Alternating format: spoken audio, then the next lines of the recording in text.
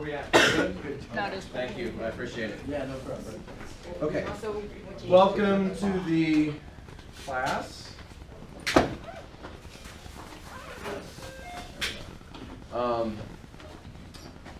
Welcome to the 2018 Stellar Robotics CAD and Design class. All of you can be here. I think we might be missing a couple people, but that's to be expected. Maybe just one person. I don't know. Okay, everybody's found a computer. They should all be logged in. Inventor should be up. All right, so let's talk just briefly here. Hey guys, find a seat. Find a seat. I think you guys pretty much, these two computers up in the front row are the only ones. Every seat's full. So, okay. We're going to go over a few things here just about the structure of the class, and then we're going to jump right in. So we start at 6 promptly every Tuesday, except the last couple classes, which are going to shift to Mondays and stuff. In the future, we might be in a different room because they're doing some work on these computers. Yeah, and then we're going to end at 8. So class is 2 hours. We're not going to take any breaks. We're going to just plow on through, and then we're going to be done at 8. So the class is going to be broken up into 3 segments. I'll get to what those are here in a second. The goal of this class is not just to teach you guys CAD. We've been calling it the CAD class, but this is really a CAD and design class because the CAD element of designing the robot really is really not the hard part. Right, the hard part of designing a robot is designing a robot, right, and knowing what options, best practices, things like that. So I can't possibly teach everything that there is to learn about designing robots, but the idea is at the end of this class, you've got the tools that you need and some basic ground knowledge for where to find more information, how to use the software, and that'll springboard you into more learning on your own. Now, going into that, I can tell you right now, for FRC students for sure, by the end of this class, you will not be able to design a robot for our next season. I mean, this is a 2-hour class, 16 weeks, 32 hours. About half of that's going to be spent actually doing anything in CAD because of the other topics we're going to talk about. So you're going to get maybe 16 hours of actual CAD work in here, and a lot of that's going to be listening to me talk about stuff and waiting for everybody to get done. So you're not going to get very many hours of actual CAD, and you're going to get a lot of baseline knowledge, but you guys are going to need to go home every week and practice the things that you learned in the class. Now, Coulter and Michael, as soon as you guys are done there, finish handing those out. Who has not gotten a packet of paper yet? Okay, these guys in the front row, and did you guys pass out the back row already, apparently? Okay, so the purpose of this is to kind of provide a little bit of a summary of what we've talked about so that when you guys go home, you guys still have the information in front of you. I am going to relay more information to you guys during the class period than is in these documents. This is not a transcript. I went into a lot of detail on these first few documents because we're covering basics. Later in the class, these will probably get more generic, and they'll just pretty much turn into a cheat sheet, basically, for just, you know, when stuff is supposed to be used and things. So, the class is going to be broken into 3 segments, like I said. The first segment, we're not necessarily going to do these all in the same order every week, just kind of some things flow better one way or the other, so we'll switch it up. But basically, we're going to spend about a half an hour on an engineering type concept. For those of you who remember, I think it was last fall, I did a couple segments about gear ratios and then like torque and stuff. Those are actually, we're going to go over those again in the class. I just wanted to incorporate those in, so we're going to redo those as well as some other similar things. Some of them will go into more depth, some of them will be pretty generic. Then the next thing that we're going to go over, the next segment, is going to be COTS parts. Now, COTS, C-O-T-S, stands for Commercial Off the Shelf. That's basically a term that's pulled from the manual, the rule book that we use to design our robots. Okay, find seats. I think there's one back there by Dave. commercial off the shelf, basically, when we're making our robot, right, we're not making every part that's on the robot. A lot of really basic things like fasteners and bearings and stuff, we're buying that stuff. And a lot of really complicated things that would be really expensive or impossible for us to make ourselves, like, you know, gears or whole gearboxes, electric motors, electronics, things like that. That stuff we're not making ourselves, right? We're not building it completely from scratch. And really, a big part of the design effort that goes into designing a robot is understanding, you know, what kind of off-the-shelf parts are available, what kind of bolt patterns they have, when should you use this versus that, and there's a lot of understanding that goes into just designing. That's just understanding the purchase parts you're using. So we're gonna develop a segment. I'm gonna go through. I got a bunch of different categories. Each week we're gonna hit a different category, and I'm gonna just show you some websites, show you some parts, and so you guys kind of know what's available. And then if you guys want to know more, there's links. Obviously, the links don't work on your piece of paper, but we have a Google Doc which we will share that has links that you can go to websites and look at, you know, more stuff. There's websites that we actually buy stuff from that ends up on our robots. So even if you don't end up being on the CAD group, I mean, not all 22 of you aren't going to be able to, well, not all 22 are even on FRC, so, but not all 22 of you are going to be able to work on the actual robot CAD in the season just because we're not going to have enough computers and stuff for that. But you know, at the very least, you'll get a better understanding of what the parts are that go into the robot, so you'll be able to look at stuff on the robot and know what it is. So, FTC students. This is an FRC design class. So I'm going to be talking about a lot of FRC stuff. I'm going to be dumping a lot of information out there. Most of this stuff applies to you guys too, which is why we opened it up to FTC. Now, if it gets a little overwhelming, don't worry about it. I mean, you guys pick up what you can. Coulter and Michael are here to help you out with CAD. You guys don't need to have it done, you know, by the end of this class. Just pick up what you can, follow along, and then, you know, some of the FRC specific stuff you guys don't really need to know. Like off-the-shelf parts for you guys is very different from the off-the-shelf parts for us. So, yeah, don't feel discouraged if it feels like a lot, because it's going to be a lot. Understand that you are going to need to do some practice at home as much as you can. Yeah, and I'll at the end of the class help me remember, and I'll talk about how you guys can get this software on your computers at home for free. You just got to make an account and stuff. Okay, another thing, 3 segments. Like I said, it's going to be about a half hour, about another half hour, and then about a solid hour for CAD, if not a little bit more, if I can get done early on the other stuff. So I will take questions at the end of each segment. So if you have questions, try to save them until the end of the segment. Also, like I said, not all the information I'm going to cover is in your sheet, so take notes. If you need to mark up your sheet, great. If you have a notebook that you want to take notes on, also great.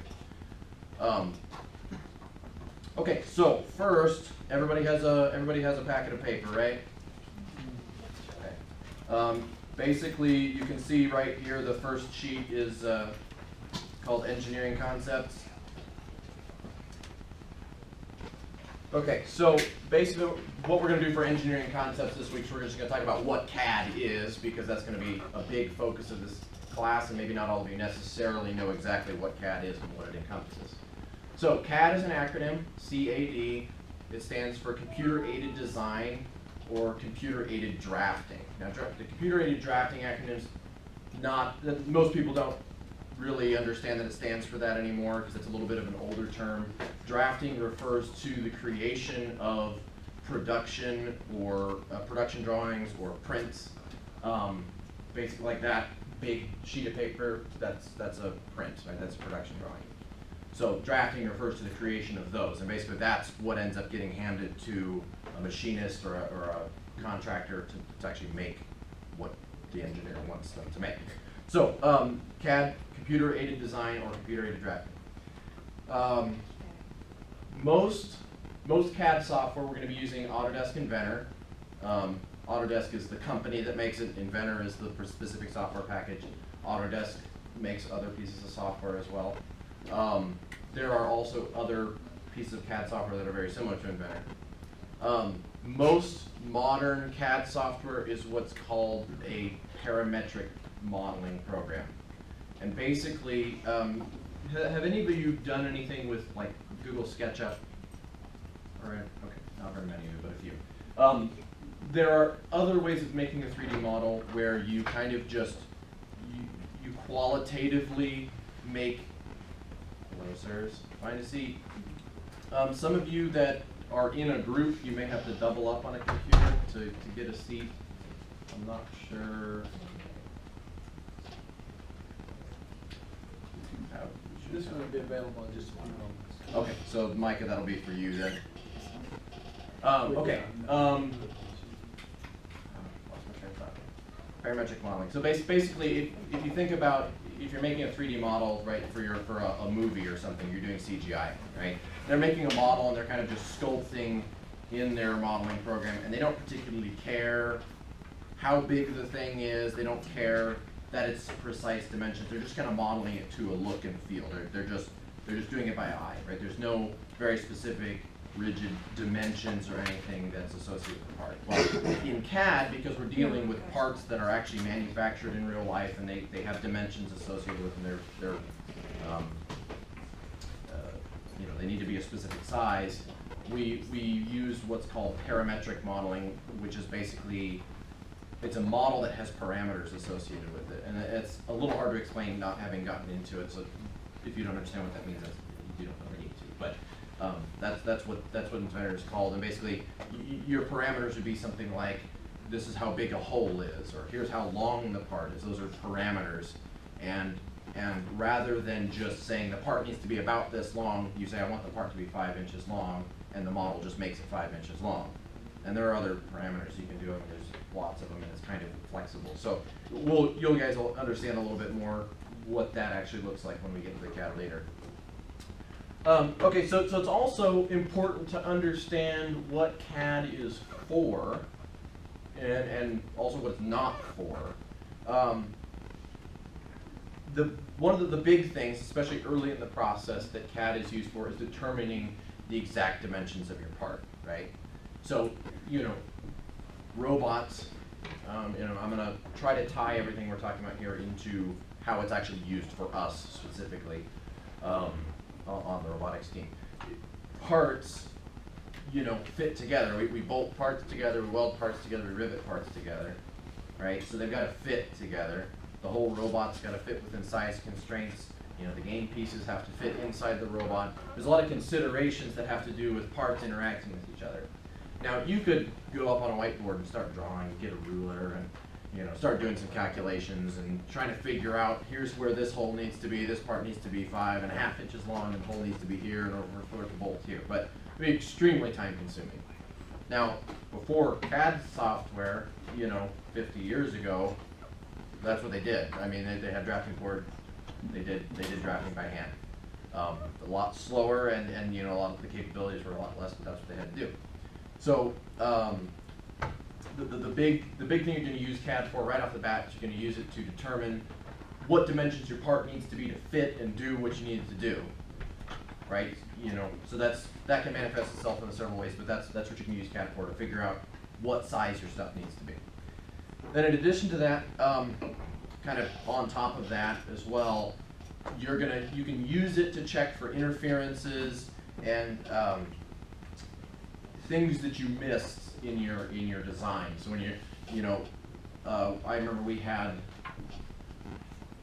something in 2000, our first year, we ended up having a motor that interfered with something we didn't realize. It hit something, and we ended up having to move it, but we caught it in CAD right before we were about to build the actual parts, and we caught it, and we made some modifications. We changed the design a little bit to clear that clearance. So when you're thinking about something, you got a really complicated model, and you're trying to picture it in your head, and you're trying to take it from your head and draw it on the board. You know, you're trying to imagine it and try to think about you know, where all the parts are going to go and how everything's going to fit together. If you're just doing a hand drawing, you're going to miss a lot of stuff. You're going to end up building the thing and, oh, that doesn't fit, right?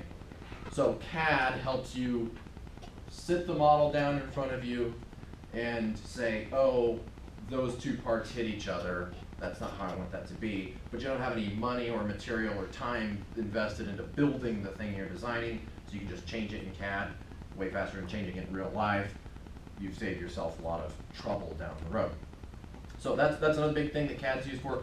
You'll still miss stuff, especially us. You know, we don't have a really rigorous design review process just because we're so crunched for time, and we CAD right into fabrication as fast as we can. So we'll still miss stuff, but you know, a little bit more professional environment, that process will take a little longer and you'll miss less.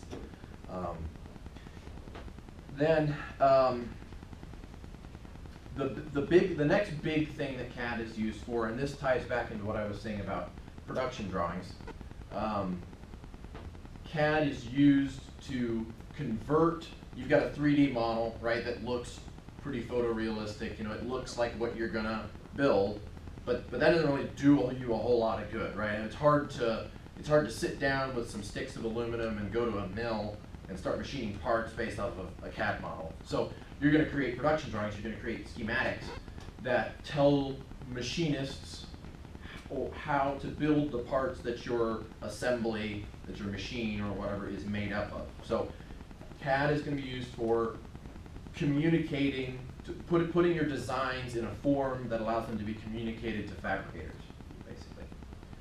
Now, in addition to that, now schematics are the primary way that we do that, but there are other ways that we can do that as well, especially now that digital manufacturing is becoming a lot more prevalent, a lot more accessible. You're starting to see a lot more methods where we're taking a CAD model and we're going straight to some sort of manufacturing equipment. A technology that's not new, that's been around for decades, is CNC mills, right? We're gonna have a session towards the middle of the class where I'm going to talk about actual manufacturing methods that we use to make parts. But a mill is basically, it looks like a drill press for the most part. It has a spinning tool, but it can cut metal sideways as well as drilling like a normal drill press would. And basically a CNC stands for computer numerical control, which basically it's an automatic version of a mill. And basically a CNC mill, you can take your drawings, you can export the outline of your part, and the CNC mill will cut out the outline of your part, basically. In addition, those of you who are on the team, you know we have a 3D printer. A 3D printer, we export the model from our CAD software, we load it into software for the 3D printer, and print it, right? So that's a pretty direct model to real world part without a lot of in between. So in addition to schematics and production drawings, CAD is used to communicate what you want to make to your fabricator or your machine in that regard as well. Then in addition to that, CAD also provides a platform. This is something that only CAD software can do. You know, a lot of this other stuff you can do it without CAD software, with probably the exception of 3D printing. This is it provides a platform for more advanced analysis before you build your design. Now we're not going to really get into a whole lot of this in this class, just because it's just out of scope, basically. But basically you can do what's called FEA, finite element analysis, or more commonly known as stress testing, where you can basically say, I've got a structure in CAD, I want to put a 100-pound load here, and I want to see what bends, what deflects, you know, where the stress is in my system. That helps you make things stronger, put the material where you need it to keep it light, but make it strong in the way that it needs to be strong. You know, aerospace engineers do that, I mean, just exhaustively. I mean, they do every little thing gets simulated and it gets analyzed. That's something that only CAD software can do. And it allows you to take your design iteration and do it before you make anything. You don't have to prototype stuff and test. You can do it on the computer before you make anything. It saves a lot of money, saves a lot of time. There are some less advanced analysis than FEA, things like, and the stuff that we do use, like weight, right? I mean, if we tell Inventor that our part's made of aluminum, it'll tell us how much that part weighs, right? And then if we put together a whole assembly of aluminum parts, and steel parts, and plastic parts, and we put it all together, Inventor will add up the weight and tell us how much the whole thing weighs. So we have a weight limit on our robot, so we have to know if we're gonna be overweight or not. So CAD helps us know if we're close on weight and we need to put a bunch of lightning holes in it or what ahead of time, which we've never been overweight at a competition yet. But as a student, we were 5 pounds overweight one year, and that was a painful day to try to remove 5 pounds of a robot after the whole thing had already been built. It's very, very, very difficult. So doing it ahead of time, allowing CAD to do the work for you and kind of keep you ahead of that. In addition to the communications thing, talking about making drawings and stuff, I mean, CAD can also do some nice renders to make your robot look real. So a lot of you have seen those as we kind of, towards the end of our design process, we start spitting those out just for kind of, I don't know, for fun, basically. But yeah, so you can do that as well. Not just, not just technical drawings or exporting to a fabricator. You can also create more artistic type designs where you can kind of get a feel for what it'll look like in the real world. Okay, any questions? I mean, that's pretty much all that. Take it easy on the engineering topic for week 1 just because of what we're doing. I like to save as much time as we can for CAD. So, any questions on CAD or what it's used for? Going once? Okay. All right, so that's, you need to reference back to that, throw it in your 3-ring binders. I would advise, if I were you, it's up to you, you put it in your 3-ring binder however you want, but I would say you're gonna have an engineering concepts page or multiple pages from each week. You're gonna have a COTS highlight page or pages from each week, and you're gonna have a CAD segment group of pages every week. I would say organize each of those 3 into a section in your book, right? So don't just stick this whole thing in your book and then take the next week and put it on the back, take it the next week and put it on the back. I would put each topic in its own section in your book, and maybe get a page protector and stick it in between just so if you need to reference back, you can find it by topic rather than by week. That's my advice. Okay, so the next thing here, and I'm actually going to sit down. If you have trouble hearing me, let me know. Okay, so we're going to talk about COTS parts. Now, does anybody remember what COTS stands for? Commercial off the shelf. Commercial off the shelf. Okay. All right, so we're going to talk about shafts and hubs. This is kind of a pretty basic, really important thing to start with. Yes? Maybe a long time. Oh. Yeah.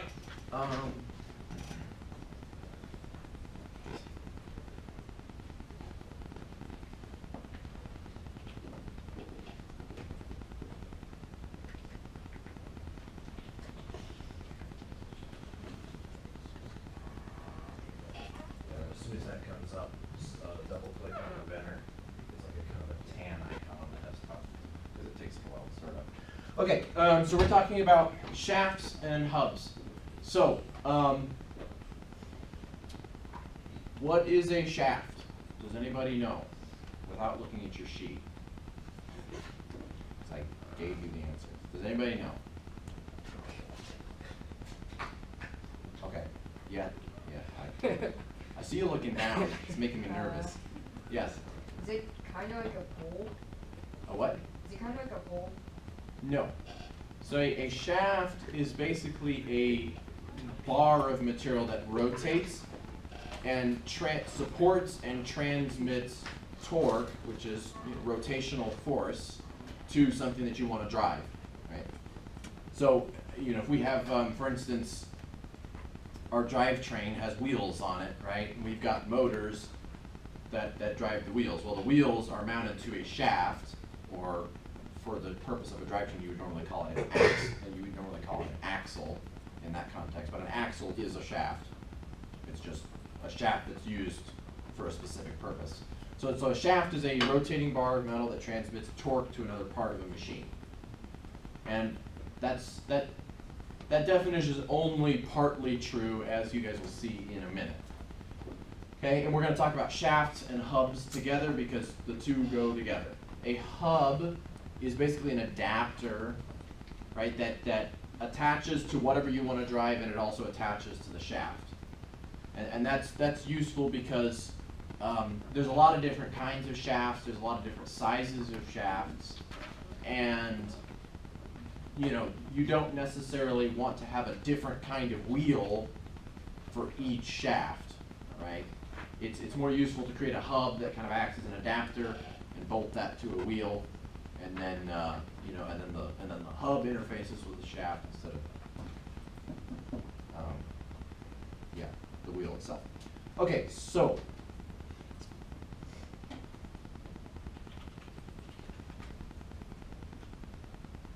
go away. Okay, so this is an example of what a keyed shaft looks like. We'll go into what these actually are here in a minute. Okay, so there's two kinds of shafts. There are live shafts, and this is also an axle, a live shaft or a live axle, and there's also a dead shaft or a dead axle. Now, basically, live shafts rotate together with whatever you want to drive. Does that make sense? So if I have a wheel, right, and I have a shaft, a live shaft turns, and that turns the wheel. Okay. A dead shaft does not turn with the wheel. It's like if the wheel were to have bearings on it, and the wheel could just free spin, and the shaft stayed still. Right, that would be a dead axle or a dead shaft. Now that goes back to what I was saying about shaft being a rotating bar that transmits torque to another part of your machine. That's not always true, especially in the case of dead axles. Dead axles don't transmit torque. They just allow something to rotate freely and support it rather than transmitting torque. So, for example, in last year in 2017, our drivetrain used live axles. There was a belt that turned the shaft, and the shaft transmitted torque from the belt pulleys to the wheel, and that's what drove our robot. In 2016, for those of you who remember, probably Coulter remembers, those were dead axles. The wheels had bearings in them. They were actually just large bolts is all the axles were. And basically the wheels could free spin, and the sprockets that we were using to drive the wheels were actually attached to the wheel itself rather than turning the shaft. The sprockets turned the wheel directly. You guys following? Yeah. Okay, good. All right, so we're going to talk about live shafts first. We're going to talk about a few different types. So one that, if you guys have worked with the robots, you've seen before. If you haven't, probably makes sense. Hex shafts or hexagonal shafts. Basically, a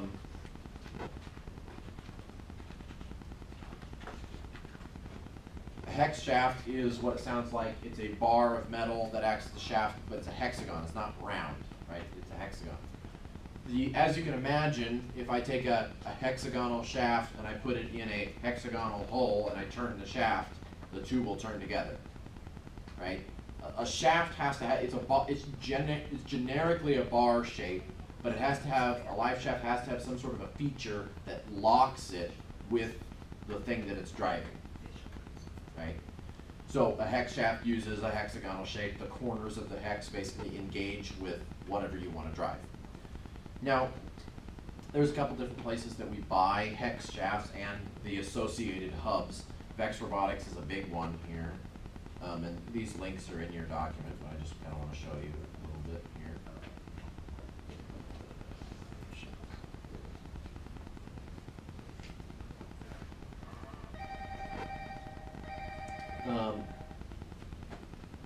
They've got, a couple different sizes and everything.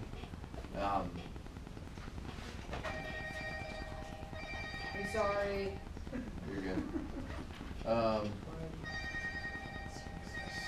to pull up the hub as well. So as you can see here, I wanted to pull this up so we can look at it. So this, as you can see, this is the same picture that's in your book, but you can see that this is a hub. It has a hexagonal hole in it, right? And that's what you would slide that onto a hex shaft. And then these holes around the outside would bolt to like a chain sprocket, like a bicycle chain sprocket. It could bolt to a gear. It could bolt directly to a wheel, like that's what we did in 2016, sort of. Whatever. I'm not going to go into it. So that's a hexagonal shaft. Do you guys understand that? Good? Okay. So next type. How did I end up with more than one? I ended up with an extra sheet.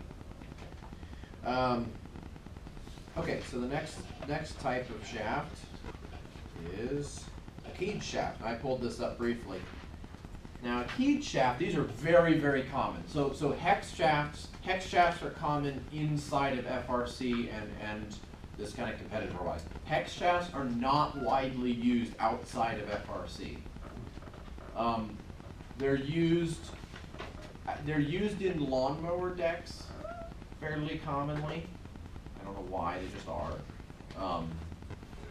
But that's really the only common application that I know of for hex shafts. They are used in other places, just not very widespread.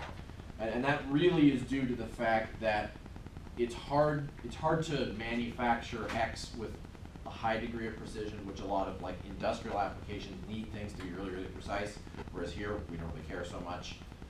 It also has to do with the fact that there's some strength drawbacks and stuff, but we'll go into that a little bit more next week, talking about that. But for our application, it works great. It's really easy because keyed shafts, right, which is what we're talking about now, these are the most common kind just in the outside world. They are becoming more and more rare in FRC just because they're how hard they are to manufacture.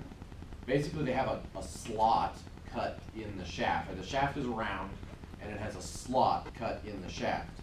Now the slot can run the whole length, like you see here, or it can be like not the whole length, like this one's just one end. You can also put a key right smack in the middle of a shaft if you want to. It doesn't have to run off the end. It can be more like this.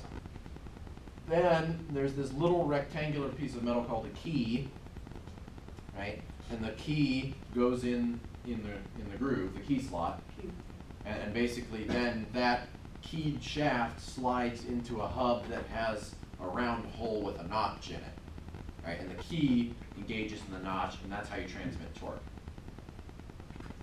Now, what do you guys think some drawbacks to that could be? Yes? It could get jammed. What, the key? Yeah. Yes. Yeah, so the key can bind up. It can shear completely, depending on how much load you're talking about. What are some other drawbacks? It's small and easy. Yeah, a little bit difficult to assemble for sure. Yeah, they can be, especially in the keys that we use. They're really small. Anybody else? Anything else you guys can think of? You're gonna have to turn it like all the way around or most around to get the key in the key. Right. Yeah. Difficult to modify. Right. Yep. Yes. Maybe it might be more susceptible to breaking under a certain pressure or force. Yeah, it doesn't have a lot of like surface area that it's engaging with. In addition to that, keyways are just kind of hard to make. Right? They're not. If you need to make your own shaft, making a shaft and cutting a keyway in is kind of a pain. Like it's doable, but it's time consuming and it's kind of difficult.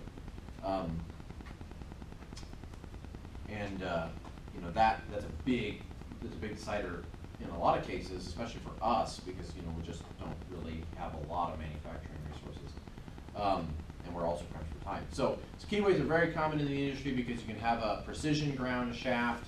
You can put the keys where you want it. Typically, in a lot of industrial equipment, shafts and stuff are oversized, so strength's not much of a concern.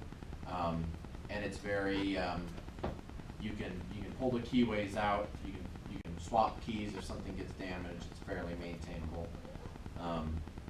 But we don't use it a lot in FRC just because of convenience. The hex shafts are far more convenient for what we're doing, and the strength drawbacks of a hex shaft really don't make a difference.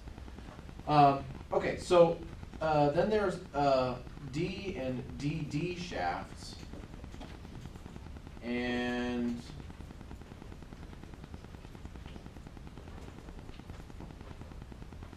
as you can imagine, the profile of the shaft looks like a letter D, sort of. Basically, it's a round shaft and it just has a flat cut or ground onto the shaft. And then basically that just engages with a hole that's similarly shaped. Sometimes you use a set screw, but that's not a very reliable method. We'll go into that. We'll go into what set screws are later. These are very, very common on cheap stuff. This is a very low cost method of shaft engagement. For low torque stuff, it's great because you don't have to cut. You don't have to cut a very precise groove. You don't have to deal with the extra parts of having a key. You don't have. It's hex would be overkill, and you could have some tolerance issues with the hex itself.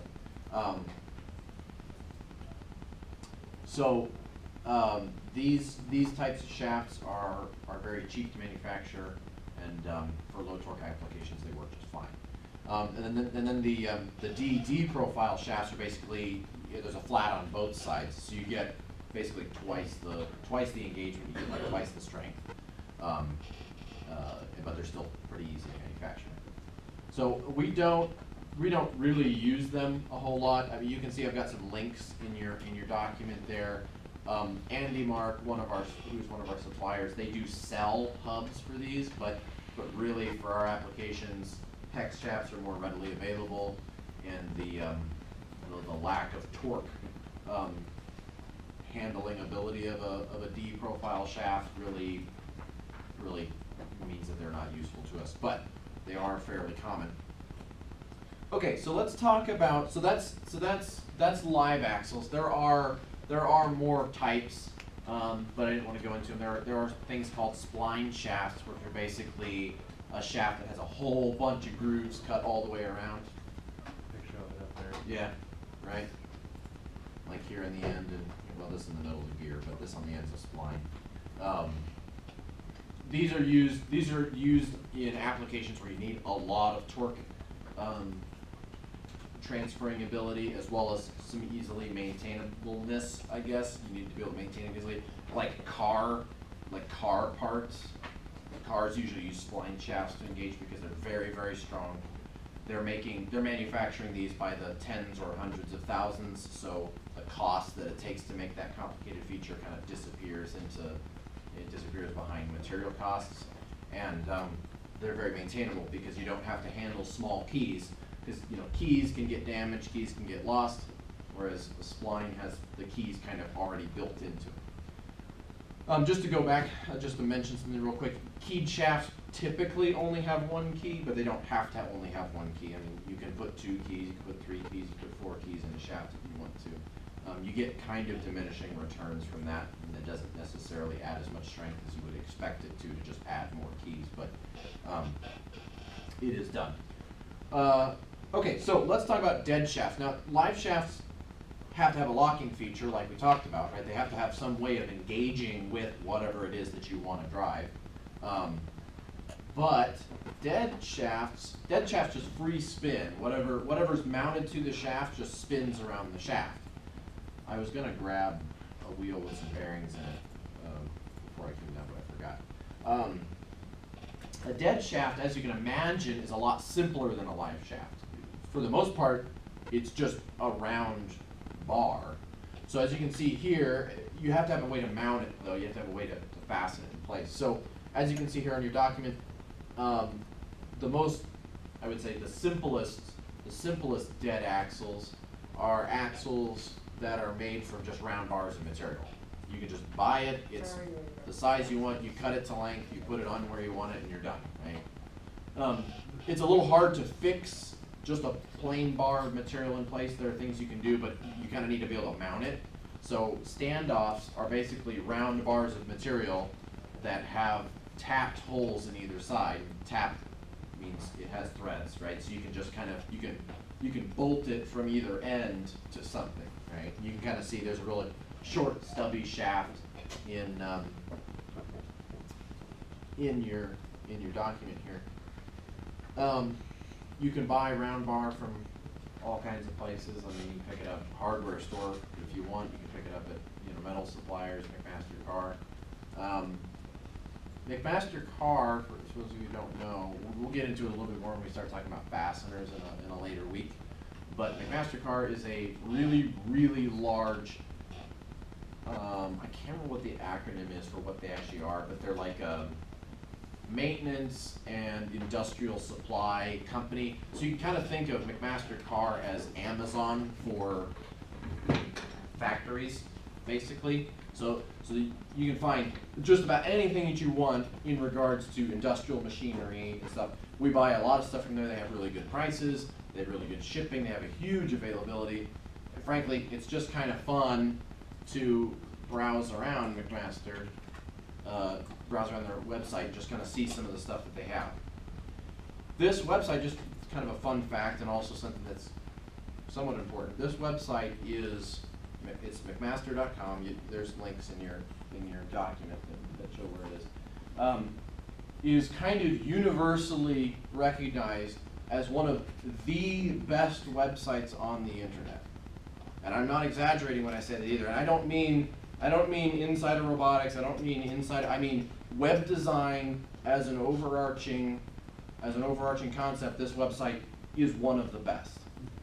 And it just has to do with the way their content is presented, how easy it is to find stuff where their website is. You get a lot of information, but it's not like information overload. It's easy to find what you want.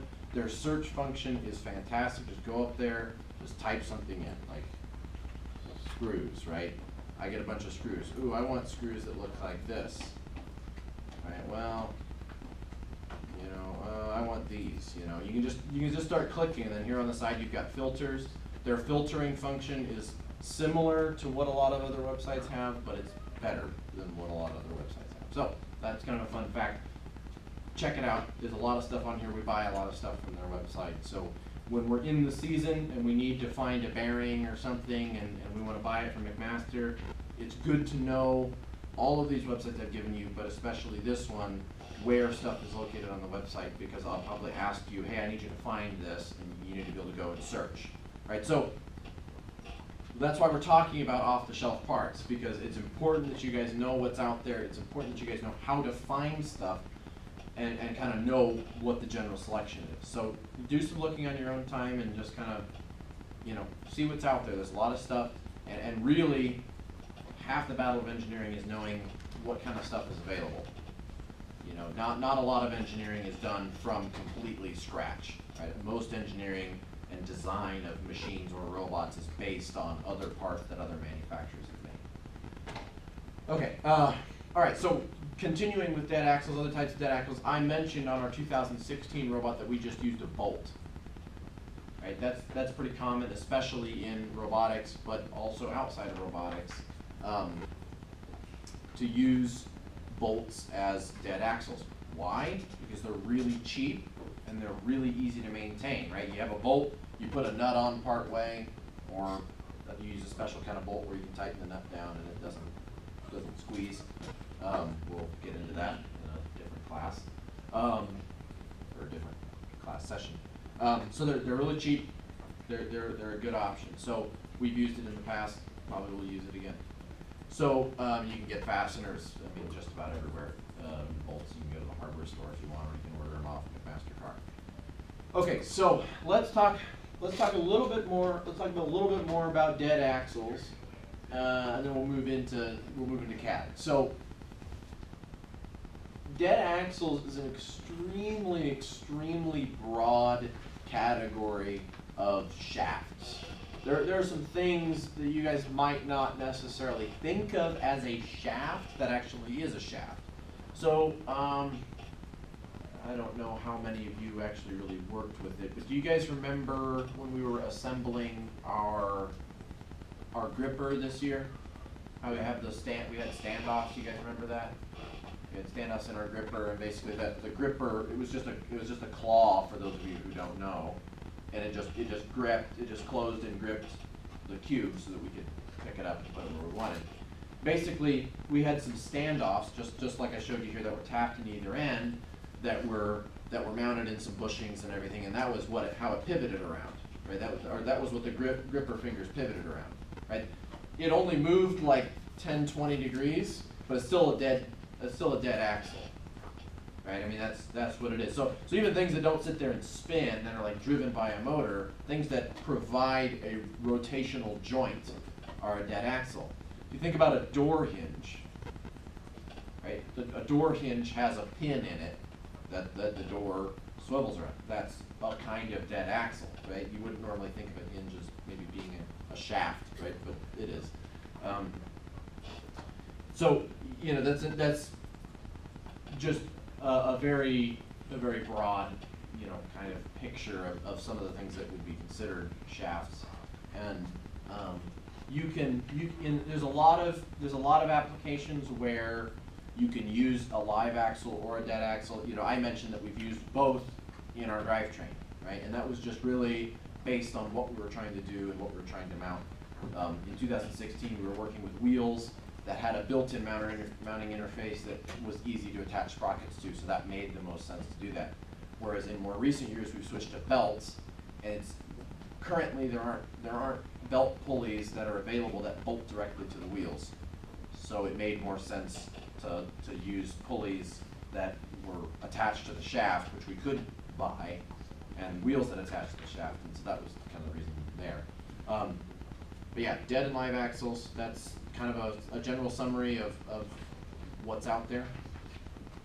Any questions on shafts, hubs? Yes? You mentioned that you guys switched from dead axles. Are there any downsides to that? Really, it's just you have to have a very specific, you have to have a way to drive what you're driving. So,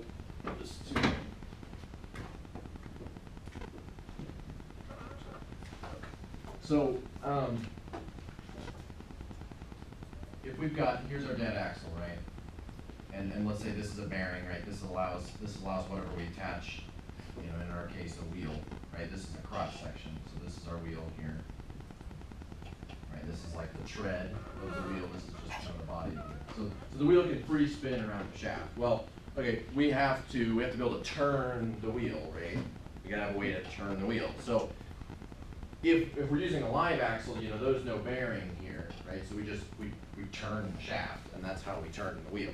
Well, if you can't turn the shaft to turn the wheel, you have to turn the wheel directly, which basically means you've got to have something that's attached to the wheel that allows you to drive it. So in the case of our 2016 robot, we had a couple spacers, right? And remember, this is rounds, and we're looking at cross sections. We had a couple spacers, they're actually pretty big. And then we had a sprocket, for a bicycle chain, which is called roller chain, is really the more generic term. So we had a roller chain sprocket that was just attached to the side of the wheel. So then we could just run a chain around that sprocket. The chain would turn the wheel directly without messing with the shaft at all, and all the shaft was there to do was to support the weight of the robot.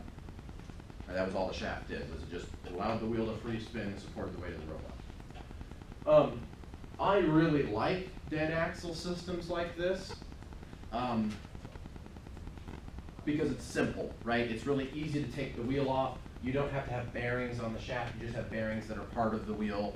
It's really easy to take apart, put back together. It's really easy to design dead axle systems. But you have to be able to attach whatever you want to the side of the wheel, basically, in order to drive it. And that really limits your options. And basically, if you're doing a chain drive, you can do it. If you want to do a belt drive, you can't. Is really what it comes down to. And that's just flat out availability. Does that answer your question? Yeah. Other questions? Anything about dead axles, live axles, anything about the styles that we talked about? Okay. Alrighty, so we're going to move into actual CAD. Everybody should have Inventor open on your computer. If you guys have a flash drive, now is the time to plug it into your computer and make sure it's connected. I'm going to... I need to grab my flash drive.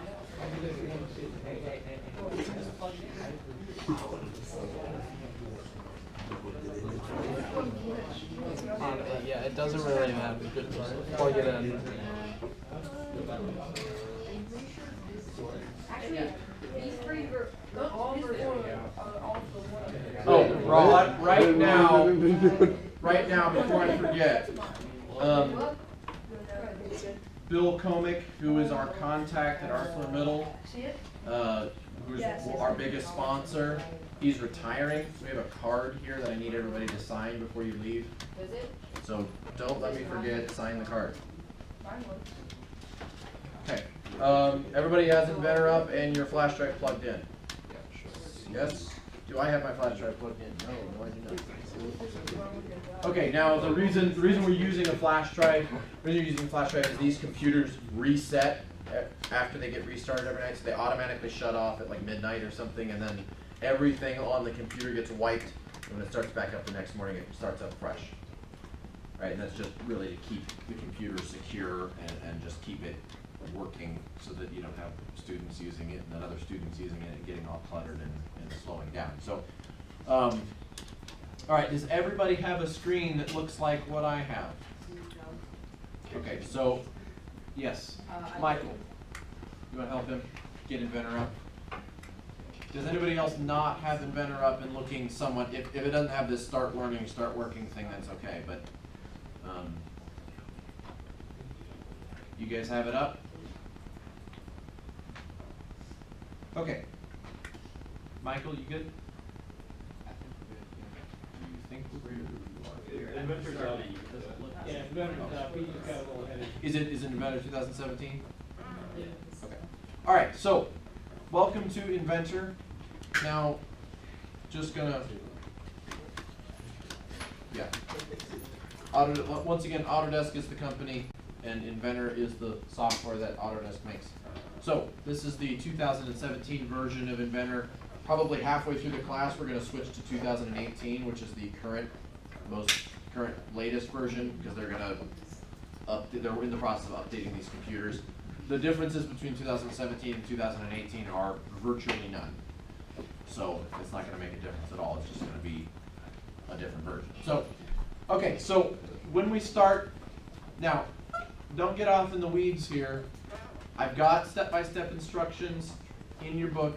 I'm going to do it here on the screen. Michael, Andrew, Coulter are going to be available to help you guys if you get stuck or lost or don't know how to do something. So we're going to start. We're going to just change a couple settings. Now, you guys need to remember this. You have your cheat sheet, but you guys need to remember this. You'll have to do it because the computer's reset. You're going to have to change these settings at the beginning of every class. Okay. So we're going to change some settings. They just make it a little more accessible, make things a little more visible on your screen to change some of the colors. So go up to the File menu, which is this orange button up in the corner, and then go down to Options. Okay, and Andrew, Coulter, Michael, keep your eyes on the screen so if people get lost, you can step in and help them know where they need to go. Okay, so then there's a bunch of tabs up at the top. Click the one that's kind of in the middle on the bottom called Colors. Okay, in this little box here, kind of in the middle of the left side, click the one that says Sky. Basically what that does is it's going to change the background color that you're working in so it's not a really dark gray, and it's going to change the color of some of the lines so they're a little bit brighter blue than they are by default, because it's just, I hate the default color scheme. It's just too hard to see stuff that's on the screen. So it'll make it easier for you guys to see what's going on up here if I have some brighter colors. And then over here, down in the bottom right-hand corner of that same window, I like to switch the icons to yellow. All the computers that I have, that's the way I have it set up. So I just do that for consistency. It makes the icons on the bar stand out a little bit more and allows you to just easily see, because some of them are really small, so I like to have the brighter color so I can see the icons a little bit better. So you can click apply, and then it'll take a second. And then the next thing you're going to do is you're going to go to the sketch tab, which is on the top row of tabs. Or sorry, not the sketch tab, the part tab, which is right next to the sketch tab. Top row, click on part. So then here, right at the top right-hand corner, where it says no new sketch, sketch on XY plane, sketch on YZ plane, click on sketch on XY plane. I will explain what sketches are here very, very shortly. Okay, so you can just click OK now. That'll close the options window. Helpers, are we good? Everybody, did everybody finish that? Everybody got it? And mine shut down for some reason. Better question, did anybody not get it? Oh, what? Okay. Alright, so you can just, if you have this startup window like I have, you can just close it, clicking the X up in the corner. Not the upper corner, the smaller X lower down, otherwise you'll shut down Inventor. Did any of you shut down Inventor? Okay, good.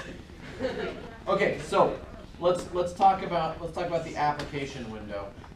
Now you'll see that the screenshot in your book looks a little different than what I have up on my screen, and that's because I don't have a file open, right? So this is what it looks like without any files. But basically, up here in the top right-hand corner, very top right-hand corner, you've got like a blank page, you've got a folder, you've got a save button. I don't know if anybody knows what the save button is, floppy is, but nobody cares. You get the file menu, which allows you to do other file-based things like saving and exporting to other file formats and doing all that kind of stuff. So that's where you're gonna save your parts. Where you're gonna open your parts. That's where you're gonna make new parts, right? This bar, kind of this light gray bar that's up towards the top here, that's called the ribbon, right? And that's pretty much all the tools that you're ever gonna click on are gonna be on the ribbon. Okay. Now the ribbon has multiple tabs. You can see it only has like 3 right now, but when we open up a part, a bunch more tabs will appear that have a bunch of other tools. Okay. Now there's going to be a bar. I guess actually it just showed up, which I think is kind of weird. But this bar that's right here on the right, probably you might not have it. This is called the browser. Now this is something that's very important. So I need you guys to stop and pay attention right now. This thing right here is called the browser. You need to make a note of that, make a note of the browser. That's what that thing is called. This is a very important aspect of the thing. And because it has such a weird generic name, I'm going to refer to the browser, and I'm going to need you guys to know what I'm talking about. I'm talking about this little bar on the side. It'll get full of a bunch of other stuff once we start. You will see most CAD software, things that aren't Inventor, will have something extremely similar to this. You're going to do a lot of work over here, a lot of important stuff. So keep an eye on that. It's called the browser. And then this area in the middle, which currently doesn't really show anything, is called the viewport. This is where your part is actually going to show up. You can kind of look around the part, and you're going to do a lot of clicking, and you're going to do a lot of selecting, and you're going to do a lot of stuff in the viewport. Then you can see over on your sheet that's printed out, you can see over on the right-hand side towards the top, there's like a pink box that's around some tools. That'll show up once we open a part. But those are kind of your view controls, which allow you to look around and view your part. Okay, so we got to do a little bit of like housekeeping work before we get started. Because we only have to do this once. Once you put it on your flash drive, it'll be there. So okay, so up at the top, you see there's a Get Started tab. Press the Get Started tab, and then right here you'll see the two closed folders called Projects. Click on that. Everybody got this window? Okay, there's pretty detailed instructions in your book, but I'm going to go ahead and go through it anyways. All right, so you're going to go, you're going to click the New button down in the bottom bar, kind of in the middle. A new single user project is fine, so click Next. Okay, now in your project name, call it Stellar CAD Class 2018. I like verbose descriptive names.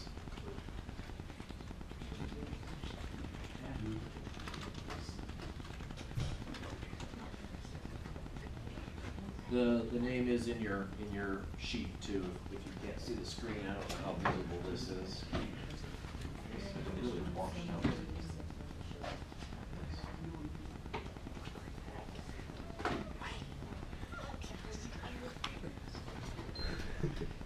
That's not what I wanted to do. Good job, Ryan. Actually, that's better.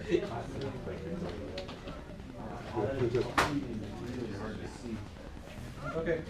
All right. Everybody got that? So click the three dots that are next to this, the next box down, right where it says Project Workspace folder. Click the three dots. That's going to open up this little folder browsing window. Okay. So you're going to scroll down, pick your flash drive. Okay. Now I don't know your guys' flash drives. Are most of your guys' flash drives empty, or do you guys have all stuff on them? Okay. Well, you're going to need to make a folder on your flash drive that's going to store all your Inventor files for the whole class. So I don't care where you put it, find a place on your flash drive and click this Make New Folder button. Okay, so click that. It's gonna you'll see it'll pop up a new folder in whatever area of your flash drive that you. If you accidentally do what I did and click off of the folder and it's just called New Folder, you can right click and hit Rename. Okay, now you want to name the folder the same thing that you named your project. So Stellar CAD Class 2018.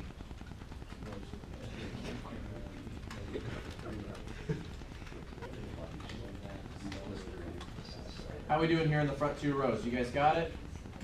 Ryan, Yes. are we doing anything today that we needed the flash drive for? Yes. I mean, I don't know if you're going to really care about keeping your files from today. What are we doing? We're going to model a few simple parts. Oh, okay, so I'll be fine. Yeah. Do your homework. Oh, are you you out of space? No, I didn't bring a flash drive. Oh, you can. Yeah, I mean, you can just save it to the computer if you want. It won't hurt anything. Actually, really, for what we're doing today, you don't even need a project file. You can get away without it. Okay, so everybody got a folder. You might have to click off of the folder and then reselect it in your window. Kind of like that. So you want the file, you want the folder name to show up in the bottom. So you just click off of it, click back on, then click OK to select it. Then you're done. Then you're done with this Inventor Project Wizard window. So you hit Finish. Everybody there? How are we doing in the front two rows here, guys? Coulter, you want to help them out? Oh, I hear Oz.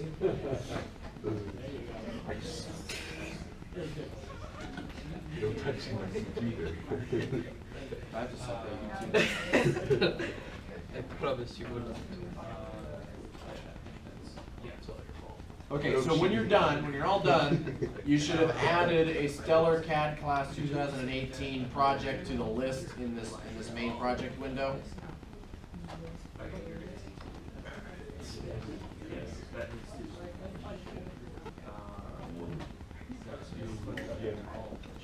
Tyson's just sitting there. Tyson hasn't done a darn thing. Okay. You said you didn't need my name. Okay, how we doing, guys?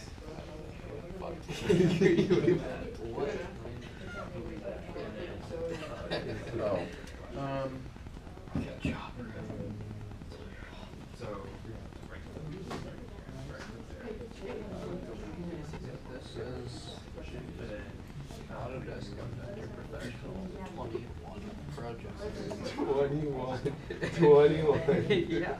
No, the one is part of the project. Michael, you good? So it's like It's 200. Andrew still working? no, it's Autodesk Inventor. You good? 20 and then one project. Well, if this is 2017 and not 2017, then this is 20 one project. This is 2001. 2 projects. This is 20 projects. This is 201 project. Finally.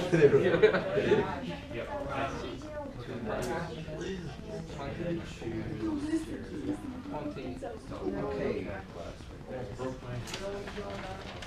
Good job, Ryan.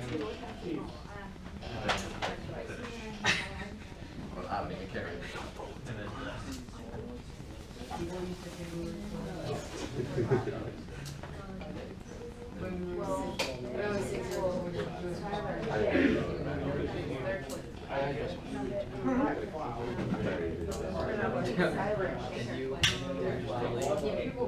Okay, we good? Everybody where they need to be? Helpers? Oh. Yes. You don't have a flash drive? For now, you can just save it to your, like, the documents folder, and you're gonna lose your files from today. Okay. Nothing we're gonna do is particularly important today. I mean, you should keep them if you can, just for the sake of the history of the class, but, it's okay. You're not gonna lose anything that we're gonna build on later next week. So, you can just save it, so just ignore everything I just told you about project files and do it next week. Okay, so, once you're done, you should have this picture here, like on my screen, just hit done. Okay, I heard a bunch of mouse clicks, so I think that's good. All right, so let's go over file types a little bit here. If you go up to the the new button all the way up here in the corner, now, very important thing, okay? Don't click anything yet. You will notice there's a little arrow by, well, it's not even really an arrow, it's more of a triangle. Little arrow next to the new button, okay? There's a lot of things in Inventor, you'll see like the new button here on the ribbon under the Get Started tab has kind of the same thing. There's a lot of buttons in Inventor that are like that. They have a main button and then they have an arrow beside it. It matters where you click, okay? There's gonna be a lot of instances where I'm gonna tell you to click one or the other, and I need you guys to keep in mind that those are two different things, right? Click the arrow by the new button, that's a different thing than clicking the new button itself. So I want you guys to click the new button. I don't want you to click the arrow. Okay, and you should get this create new file window. Okay, basically, do all of you know what a template is? Just in a generic concept, it's like a file that kind of gets copied and it serves as the starting point for other files. This is basically a template browser, right? So all of these buttons here and these folders on the left side, these are all different templates that you can use to start new files. But we're going to use this to look at the different types of files. A lot of things like Microsoft Excel or Microsoft Word or just other simpler programs have basically one file type that the whole thing uses, right? I mean, Word makes .doc files. You can do other files than that, but that's the primary, or .docx for the newest version. Inventor has 4 because it's quite a bit more complicated. So the first row here, this first area up here, these are what's called part files, or they're .ipt files. Basically, a part is like one piece, right? The part could be a bolt. The part could be a wheel, if the wheel's one piece. Might be, might not be. The part could be a frame rail, like a piece of aluminum that we make. Could be a 3D printed part. The part's like one piece. That can be a little loose, like a bearing. We typically model bearings as one part because we don't really care that they have all the little balls inside of them. We don't care, so we just kind of simplify it. But a part's one piece, right? So that's the building block of all your models. So then the next row down, these are assemblies. And these are, I mean, they're what you would think they are. They're assemblies of parts, right? So you take a bunch of parts. You can also take other smaller assemblies. You can put them all together in an assembly file, and then you have a robot or I don't know, a crossbow or something, whatever you want. So whatever you're designing, you model the parts, you put it in the assembly, you add the parts to the assembly, and there you go. Then there are, the next row down, these are drawings, okay? Drawings are basically schematics, right? So you can take parts you can take assemblies and you can say, I want the front view of this part, right? And you can put it on a sheet of paper, and you can add dimensions, you can add parts lists, you know, you can add call outs and all kinds of stuff, and then you can print that off or make a PDF of it and send it to somebody who can make it, right?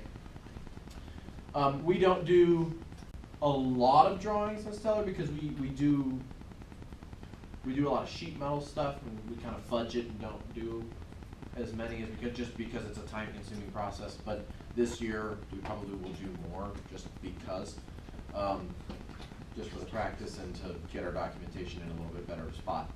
Okay, now this last one is something that we may or may not use.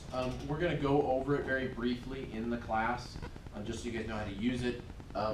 My senior year in 2014, I used it for some stuff on the Mavericks because we were doing some complicated assemblies, and it was easier for me to just make an exploded view using I did that all out of order. Anyways, these files are exploded views. So you guys have ever looked at like a lawnmower replacement parts manual, and they have those, let's see here.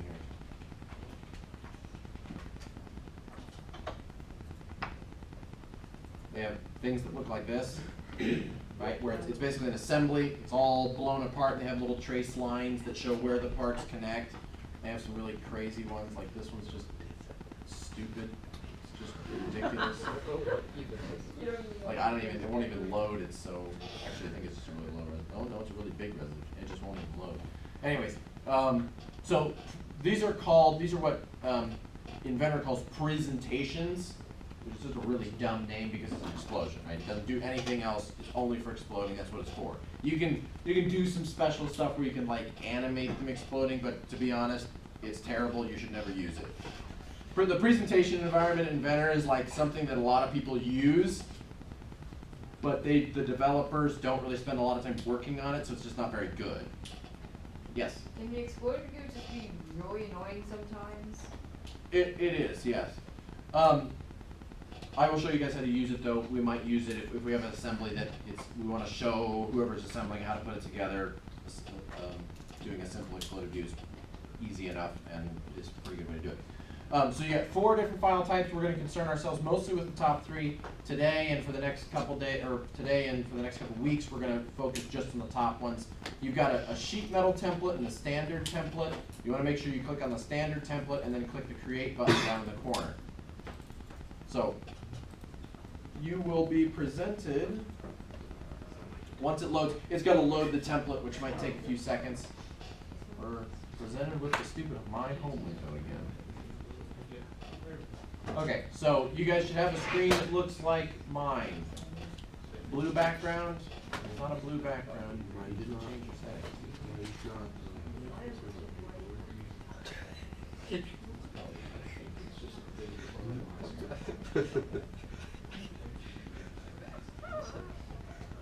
I guess our problem. No. All right. Does everybody have the screen like mine? Okay. All right. So what you're looking at here is you're looking at a sketch. A sketch.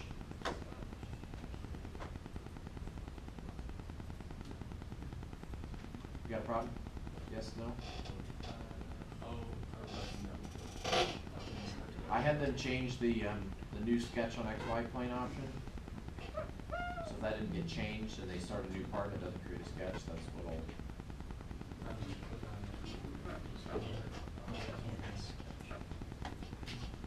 Okay.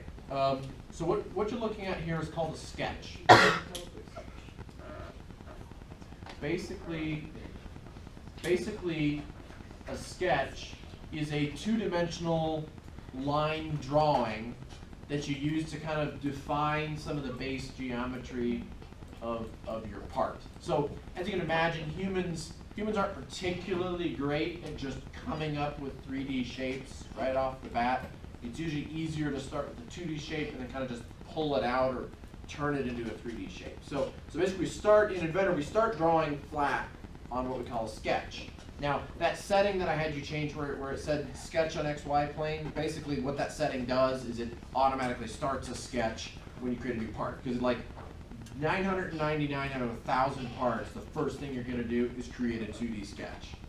Like it's just, you'll do it, you won't do that every once in a while, but for the vast majority of the time you're going to. So it just saves a lot of time to have it start you in a sketch. So when you create a new part, as long as you change the settings the way I told you to, when you create a new part, you're going to start in a sketch. Okay. So in a sketch, now we're gonna do some real basic. We're gonna draw some shapes, right? We're gonna start with a circle. Well, actually, no, we're not gonna do that. I gotta look at my document to know what I'm doing here. Okay, so the sketch is it's an infinite plane, right? There's this dot in the middle. You see these two lines. This whole thing kind of looks like a graph plot, right?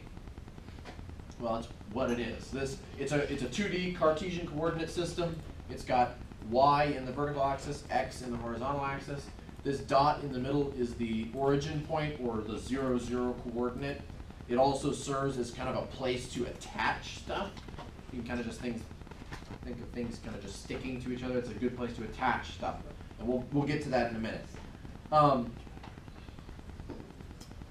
So this is an infinite plane that extends out. You can make stuff as big as you want or as small as you want, whatever you want. So in this plane, if you take the middle mouse button, which is the mouse wheel, if you click the mouse wheel down, your icon on your screen will turn to this like hand with 4 arrows sticking out of it. You can move your mouse around, right? And you'll kind of see the 0, 0 point move.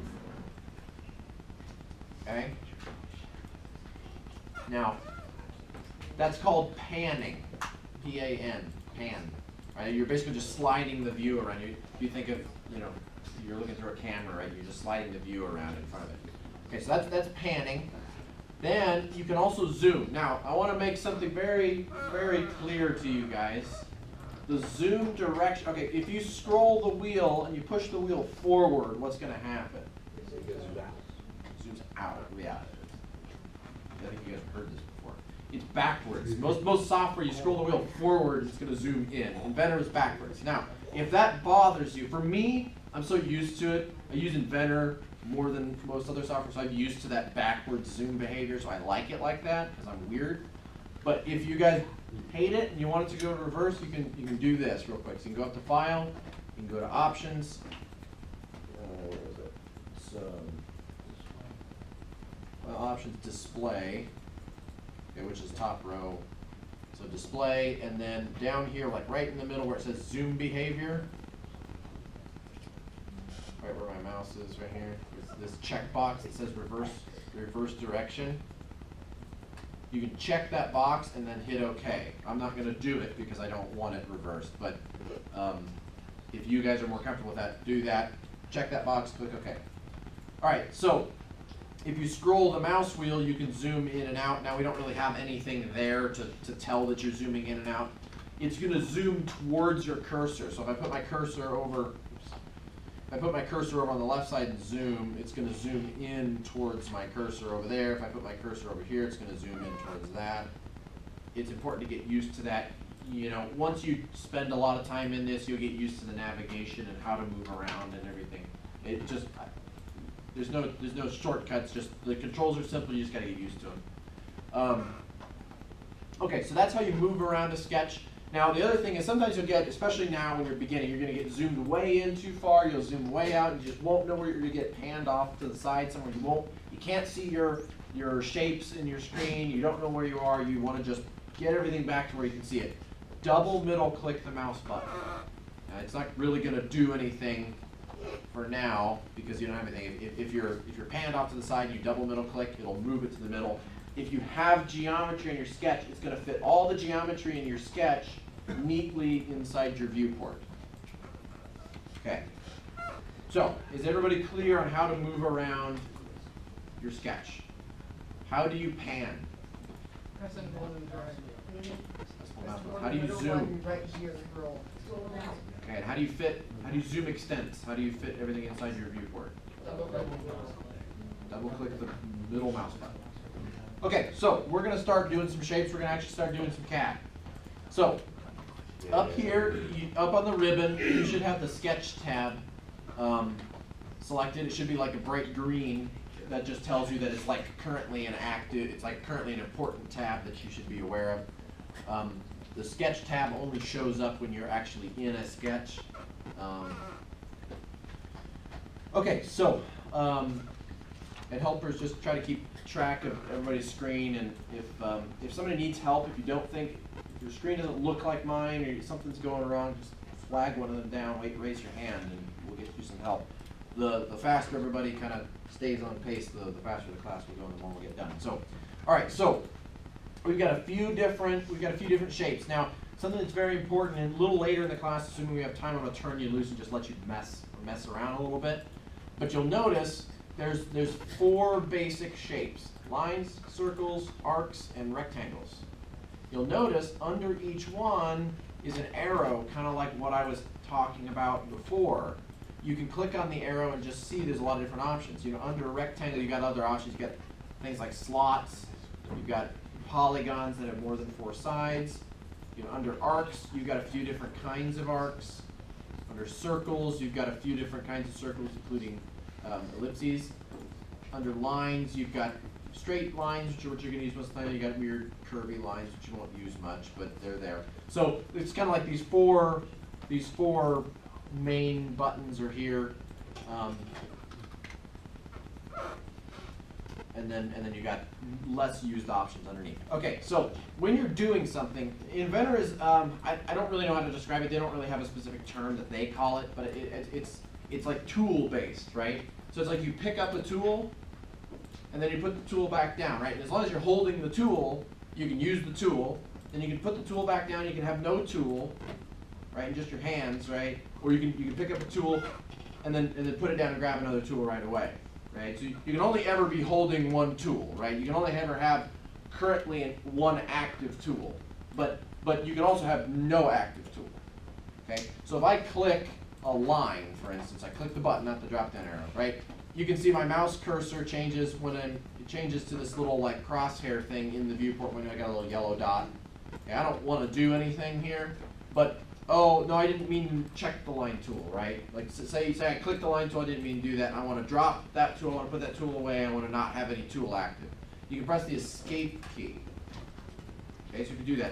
Click a line, click circle, click rectangle, whatever. Click it, and then look, see how the mouse changes, and then press the escape key, and it'll go away. Now you can see I have my normal mouse button again. Yes. Yeah, go for it. Okay, so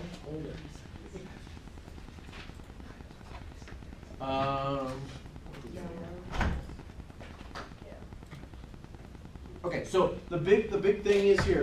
When you get started, you're going to click on stuff you didn't mean to click on. You're going to do something, and it's not going to do what you expected to do. Your stuff's going to start freaking out, and you're going to not know how to fix it. The way you fix it is you press the escape key. It'll just kind of drop everything and just stop doing whatever it's doing. So just press the escape key, press it twice, press it 3 times. I don't care. Just press the escape key. It'll kind of just stop whatever it's doing. I do it a lot. I have like 5,000 hours in Inventor, and I still press the escape key a lot. So when you might create a few shapes on the screen, and then you'll be done with it. So you just hit the escape key when you're done, and you can go do other things. There are keyboard shortcuts for all this stuff. I would encourage you to use the keyboard short. I'm not really going to teach them just because I've tried doing that in the past, and it just confuses the issue. If you hover over the tools, like you can see here, it says line, and then it has in parentheses L.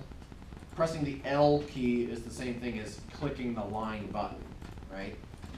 What I do when I'm doing CAD, I have one hand on the mouse and I have one hand on the keyboard that I can hit with keyboard shortcuts. It'll make you a lot faster. So I would encourage you as soon as you can, as soon as you're comfortable, actually I don't even really care if you're comfortable, as soon as you can, start trying to use keyboard shortcuts. That'll make you a lot faster. If you're spending time clicking mouse buttons when you've got, 100 parts or whatever you need to model, it's going to take 3 times as long as it should, about maybe twice as long, but it's going to take a lot longer. But if you're hitting keyboard shortcuts where you're moving your mouse where it needs to go, you'll be a lot faster. So just pay attention. You can just hover over tools. It'll tell you what the keyboard shortcuts is. There's ways to customize it and stuff. And And then, yes, so there's a lot of tools that you can see. There's a lot of other buttons here. All of these function pretty much the same way, where if you press the escape key, they just drop what you're doing. And then obviously there are undo buttons and redo buttons up here in the top corner. And you can also do a Control Z, just like you would in pretty much any other application to undo, right? That's pretty typical. Okay, so let's create some shapes. Let's start with a circle, because circles are easy. So click the circle button, right? You've got a circle tool. Now here's something that I want to impress upon you is of utmost importance. New Inventor users, new CAD people do this all the time. I did some kind of like consulting work for a company I used to work for. And they were having problems with their Inventor models. And I went in there and they had an engineer who he didn't have a background in Inventor, he had a background in AutoCAD, which is a little bit different software. But anyways, he was not doing what I was about to tell you, and it was screwing up all the company's models, and they didn't realize what was going on. So basically, if you don't tell Inventor, I want something to be this size, and I want it to be that size and stay that size. You don't tell it, I want this thing to be in this position, it's not going to stay in that position. Right? If you don't tell it where you want it to be, it's going to float around and do all kinds of weird things on you. So if you want something to be somewhere or be a specific size, you need to tell it that, and that's called constraining. Right? If you say, I want a circle, like, well, where do you want the circle? How big do you want the circle? Right? If you don't tell Inventor that, it's going to just make it up. And it's not going to do what you want it to do. So keep in mind, you have to do what's called, you need your sketch to end up being what's called fully constrained. I'll go into that more in a minute. So hover your mouse over the origin point, which is that dot in the middle of the screen. If you can't see the dot, double middle click. You can double middle click while you have a tool active. Right? You can zoom in and out while you have a tool active, and you can pan around while you have a tool active. So even while I have the button, the circle button selected, I can still move my thing around. Okay, so hover your mouse button over the origin point. You'll notice the little yellow circle that's on the cursor switches to a green circle. That is very important. And if you get anywhere near, within a few pixels of that center dot, you'll kind of see that orange or that green dot jump to the center circle. Basically, that means whatever I'm going to do, I'm going to attach the geometry that I'm about to create. I'm going to attach the circle that I'm about to make. I'm going to attach the center of that circle to the origin point. Okay, and because it's attached to the origin point, it can't move. That's very important. So whatever you do, it's got to be attached to something, right? You think about just taking a boat and throwing it out in the middle of the ocean. It's going to float around. It's going to do what you need to do. So as you're going out and modeling your part, that circle might be affected by other geometry. It might move on you, which you don't want. So if you want it in a location, make it in a location. So click. Now, very important. A lot of new people just love to click and drag. Don't click and drag. Just click the mouse button and let it go. We'll talk about the left mouse button, of course. So click. Now move your mouse away from the center circle. You'll notice, hey, look, a magical circle appears. Okay, ignore the numbers in the middle for now. We'll get to that in a second. Okay, now you can notice as I move, my mouse is staying on, the circle's staying with the position of my mouse. And I can click again to place the circle where I want. Okay, now press the escape key. Right, we're done. We just want one circle. Press the escape key. Helpers, are you paying attention, making sure everybody's getting circles on their screen? Okay, you'll notice this circle is purple. Okay, that's significant. That means that the circle is not constrained. Right? That means that this circle, if you click and drag on the circle, you can change its size. Now, when you're creating a sketch, you're not going to constrain everything right away. You're gonna create a bunch of geometry, and you're gonna decide how everything attaches, and then eventually everything will become constrained. So things being unconstrained right at the beginning is not an issue. But at the end, by the time you're done with your sketch, you want it to be constrained. So we're going to constrain it. Now, in this case, you can't, if you click and drag on the middle of the circle, you can't move it around. That's good. The middle of the circle is anchored, but the size of the circle is not really defined. So we need to tell it how big we want that circle to be. So we're going to do that by placing what's called a constraint. A constraint is basically just a logical rule that tells Inventor how to handle a piece of geometry. So we're going to place what's called a dimension constraint. So you'll notice kind of towards the middle, kind of on the right, there's this tool that says dimension. Okay, so click that. Now the dimension tool is active. Okay, so now click on the outside, like the ring of the circle, click on it. Okay, now if you move your mouse around, you'll notice now I've got this weird dimension thing following our mouse around.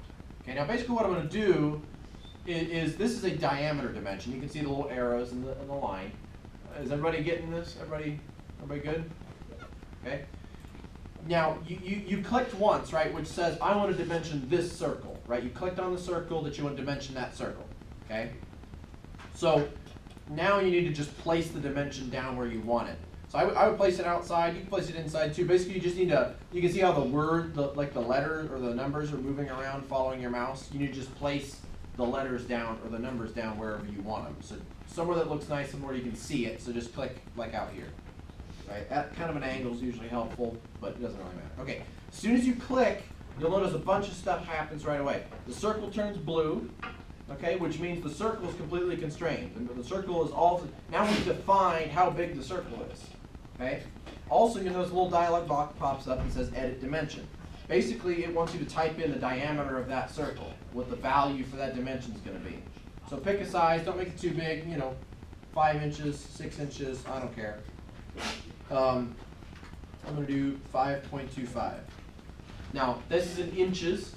By default, you can change that if you want to do it in millimeters, but this is America, so we do things in inches for some reason.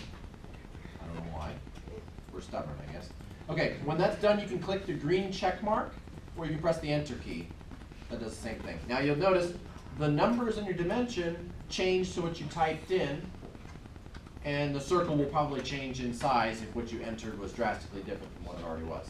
So is everybody good? Everybody got about what I have on the screen? Okay? All right, so now we're done. Right? This is all we're going to do in this sketch for right now. So you can see this green check mark up here. It says finish sketch. Click that. Now you'll notice a couple things happen. The tab changes to 3D model, right? We get a different set of tools up here. And the sketch, the crosshairs disappear, and the sketch kind of turns at a weird angle. Okay. Now you'll notice the view cube up in the corner up here. This shows what our current view is. Okay, so we're gonna talk about navigation. So navigation here is the same as in a sketch. You can zoom in and out with the mouse wheel. Okay, you can pan by holding down the mouse button and moving it around. Right. You can double middle click. You'll notice now that we have something in the viewport, I can zoom way out, and then I can double middle click, and it comes right back in and centers itself in the screen. Okay. Now, here is one very important thing. There's one more way. Now we're in 3 dimensions, right? Before we were in 2 dimensions. It was flat, so we're kind of just looking at a piece of paper. Now we're in 3 dimensions. Now we gotta be able to kind of look at the part from different angles. So if you hold the Shift key and then hold the middle mouse button like you were going to pan, so hold the Shift key, hold the middle mouse button, you'll notice I get a different symbol for my mouse cursor. I get like curved arrows. This is the orbit tool. Basically, if you move, it's going to rotate your part. Right? Now,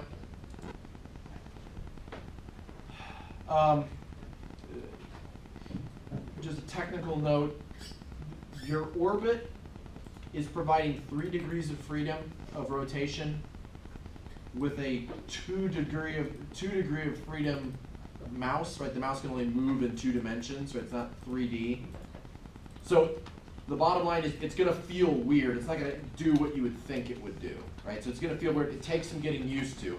The orbit tool, once you get used to it, it'll make more sense, but you just got to play with it. Trust me, it took me a while to get used to the orbit tool. Now, in addition to the orbit tool, you can also go up to the view cube and just click and drag and move the view cube around, and that'll do the same thing.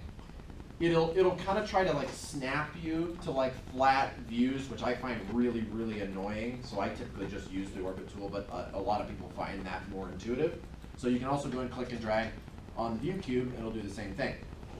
Okay, now in addition, if you want to like look at the part right from the side, you can click on the faces or the corners or the edges of the view cube, and it will change its view based on what you click on, right? And then, if you're like all off in the distance, right, and you just want to get back to where that nice angled view you were at before, you can click the little house, and it'll just flip the part around right to the right view, and it'll zoom extends it into your screen really nicely. Is everybody clear on the navigation? All right, I wanna get going here, get this done, give you guys 10 minutes or something to kind of mess with it before we end the class here. We're getting a little close on time. So basically, we've got a two-dimensional outline that's called a profile. Inventor calls an outline a profile. So we've got a two-dimensional profile that we want to turn into a three-dimensional shape. So what we're going to do is we're going to do something called extruding. Maybe you guys are familiar with that. You guys think of like a Play-Doh factory. I don't know if you played with those as kids. I really didn't, but I know what they are. I played with Lego. But you got a shape and you squeeze Play-Doh through and it makes a long shape, right? That same kind of a thing here. We're going to take a two-dimensional shape. We're going to kind of like stretch it in 3 dimensions. So if you take a circle and you stretch it, what do you get? What shape? What 3-dimensional shape do you get? You get a cylinder. Okay, so we're going to make a cylinder by extruding a circle. Okay, so you can see right here, oh, look at that. There's an extrude tool. Surprise, surprise. So click the extrude tool. It's under the 3D model tab if you're on a different tab for some reason. I don't know why you would be, but you might be. I'm not judging. Okay, now right away, Inventor kind of, it sees that you have a profile, and because it's a very, very simple profile, it knows what you want. And it knows that you want to extrude that profile. So here this little icon thing shows up down here. You can also click this arrow, and there's this dialog window that's here. Now the profile is already selected, so it's it knows you want to extrude that circle because there's only one circle. If there was more than one circle, you'd have to pick which circle you wanted to extrude. We want to extrude this circle. So right here you can see where it says extents and it says distance. There's this 1 inch that's in here. You change this and it'll extrude it more or less, like 12 inches. That's a foot. You can extrude it 3 inches. You can extrude it ½ an inch. You can extrude it, 11.173 inches if you want. You can do whatever you want. Okay, so type in a number that you like, not something too big, not something too small. Don't get ridiculous because you might get some weird results. So I'm gonna extrude 3 inches long. Then you can click the OK button. Give me a show of thumbs up. Who's got that done? Okay. Now you can look at your part. You can still pan around. You can still orbit. You can still zoom in and out. You can click on different faces of it if you want. We're not going to really do much with that right now.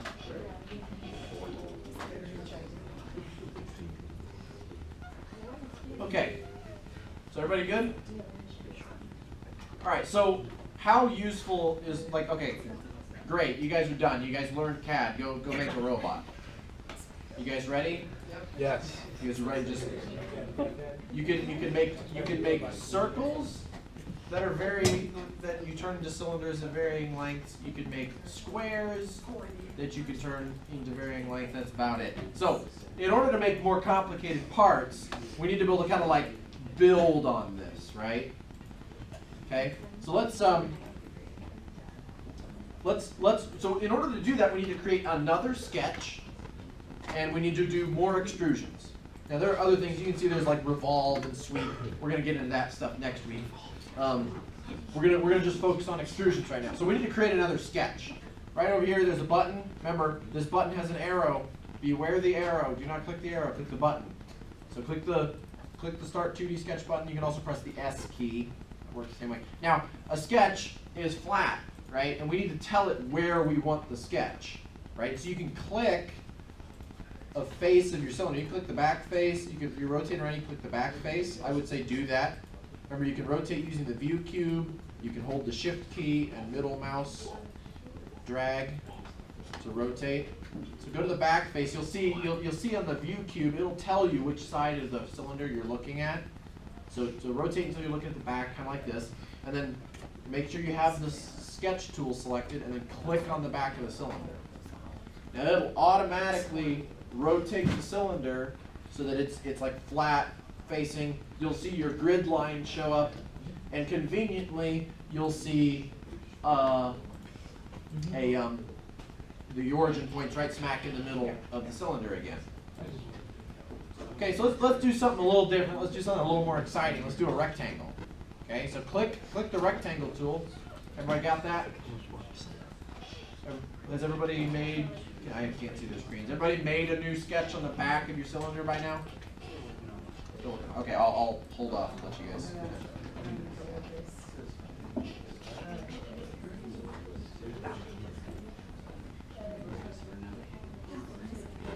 Who does not have a sketch yet?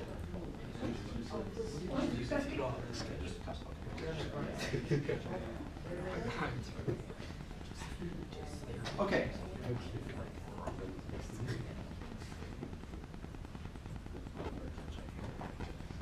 Alright, so make sure you have the rectangle tool selected.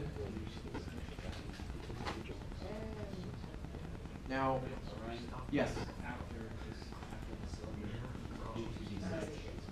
Yeah, just a 2D sketch on the back.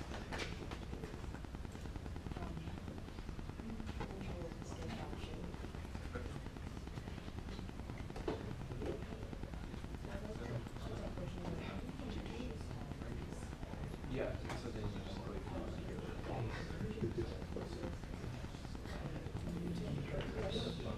Okay. Okay, so let's select the rectangle tool. Now, rectangles are a little more complicated than circles. I mean, circles just have a diameter and a position, right? Rectangles have length and width and position, right? Okay, so we need to, when this particular type of rectangle, if you click the drop-down list, you can see there's a lot of different types of rectangles. Let's actually pick a different kind, right? This one, if you click, it'll start on one corner and it'll go towards the other corner. And the second you click once, you click again, it'll create the two corners of the rectangle, right? You can mess with that if you want. I don't care. But let's click the drop-down list and let's pick it says rectangle 2-point center. Now basically what this rectangle will do is it's more like a circle, right? You're going to place the center of the rectangle and then you're going to kind of specify how big the rectangle is radiating out from the center point. So like click the center point, then I can move out and then I can make a rectangle that's centered around a point. Now if I were to do this like, oh, I know I created a rectangle, it was not supposed to be out here, it's supposed to be in the middle of my circle, I want to stop doing that, I can press escape and it'll drop that tool and then I can re-click the rectangle tool. So, select the center point rectangle, click on the origin in the middle of your circle, and then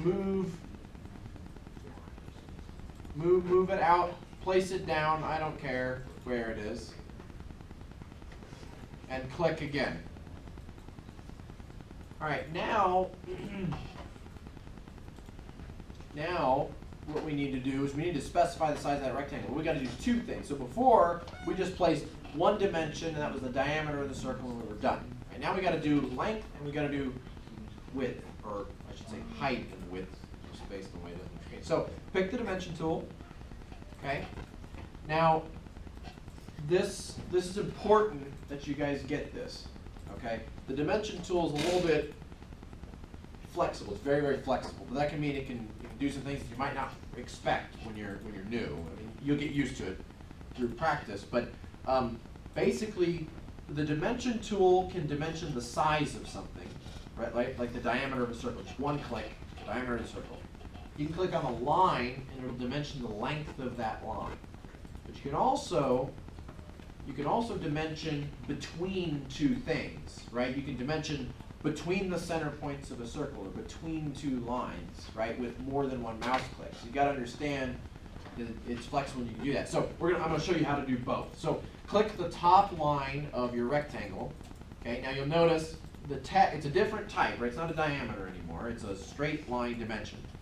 And it's following your mouse around, just like before. So place the text in a nice, easy to read spot, just like I am, right? That's a good spot. Okay, now you gotta type in a dimension, right? That's fine. So I'm gonna do 2 inches. Okay? And you can see kind of a weird thing. The sides of my rectangle are blue, which means they're constrained.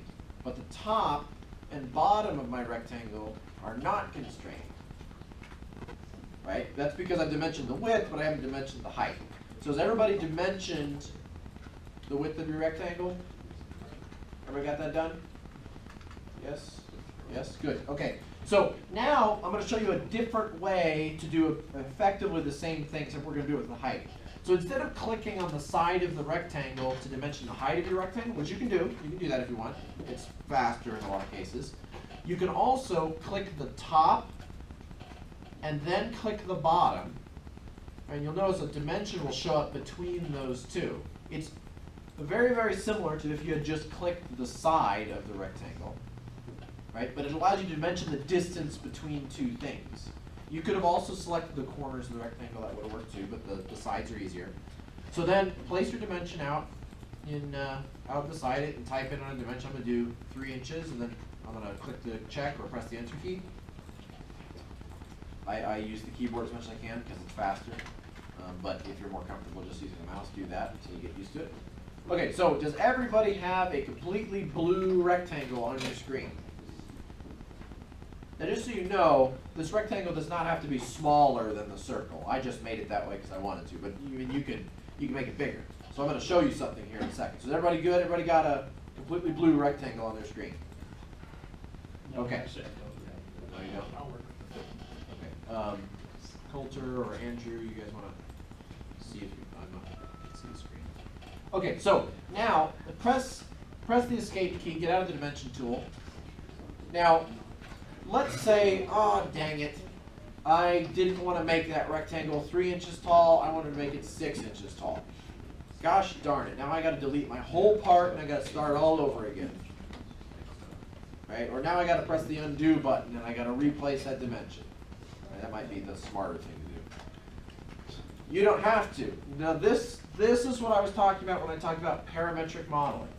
These dimensions are parameters, right? This rectangle that we've made here has 2 parameters. It has length and it has width and it has height, right? You can go back and you can change those parameters anytime. We could make this whole part, turn into this whole complicated part, put it in an assembly in our robot, have our robot most of the way done and realize, we want to go back and we want to change how tall that rectangle is. You can do that. You can always go back and edit stuff. And that is where the real power of CAD comes in, is you can always just go back and change stuff. And you don't have to redo a lot of work. You can just go back and change one number and your part will just adjust. So in order to change a dimension, you've got to click on the numbers, you got to double click. So select the height or the width, I don't care, it doesn't matter. Just click one of the dimensions, double click on it. You'll notice, hey, look, our edit dimension dialog pops back up. Isn't that great? So change that number to something else and press enter. Remember, it's in inches. Okay. You'll notice my mouse button is still an arrow. Double clicking on a dimension didn't activate a tool. You don't have to press escape. You can if it makes you feel more comfortable. Now, if you get dimensions that are all cattywampus and they're all over the place and they're in your way, you can always click and drag on the numbers of dimension and move them around to make them a little more visible. It's always, especially when you're looking on really radically complicated sketches. A later class, I'll try to bring one in and show you a really complicated sketch that we did on a previous robot, and you'll understand organizing your dimensions nicely will help promote the readability of your drawing. And when you're trying to, I've got 300 circles and I need to edit that one, but I don't know where the dimension for that one is. Okay, so we're done. We want to extrude this rectangle out now. So press finish sketch again. You'll notice it rotates back to a nice isometric view. So press the extrude button again. Right? You'll notice it selects that rectangle and it pulls it out. Change the length to something you like and press OK.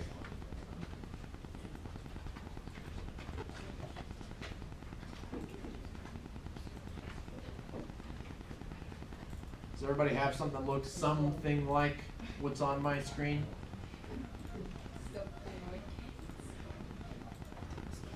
Yes? No? Nodding heads, thumbs up, whatever you want. Okay, so now let's before I let you just mess around for a little bit, let's save your file. So you can go up and click the save button.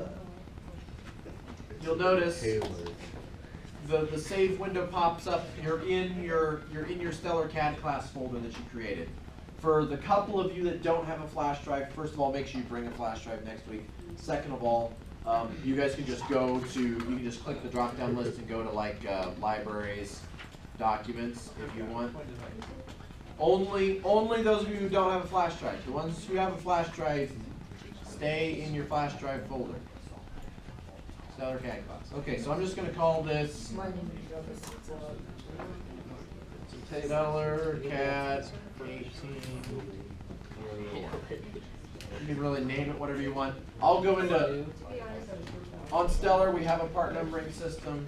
I'll go into that in later weeks, so I just saved it. Alright, so let's do something here. Just give me a thumbs up when you get your part saved.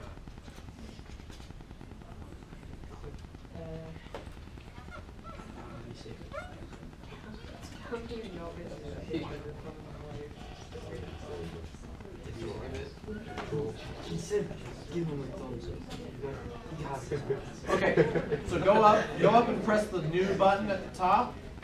Select standard.ipt just like we did before, and click the create button. You'll see we get a brand new part, we get a new sketch with nothing on it. Okay? And you'll notice down at the bottom, you'll see there tabs show up at the bottom of the viewport. These are the files that you currently have open. So you can have multiple files open and they'll just show up as tabs. You can switch between them. Right? So you can have an assembly open, you can have a bunch of parts open, you can edit parts and go back and edit the assembly and go back and edit parts and edit the assembly. It just makes it really fast. You don't have to open and close files all the time to work on multiple files. So here you are in a brand new part. You can switch back and forth if you want. When you click on a part, you can also close that part if you don't want it open anymore. So here's what I want you to do. I want you to create, if you can, mess around with it.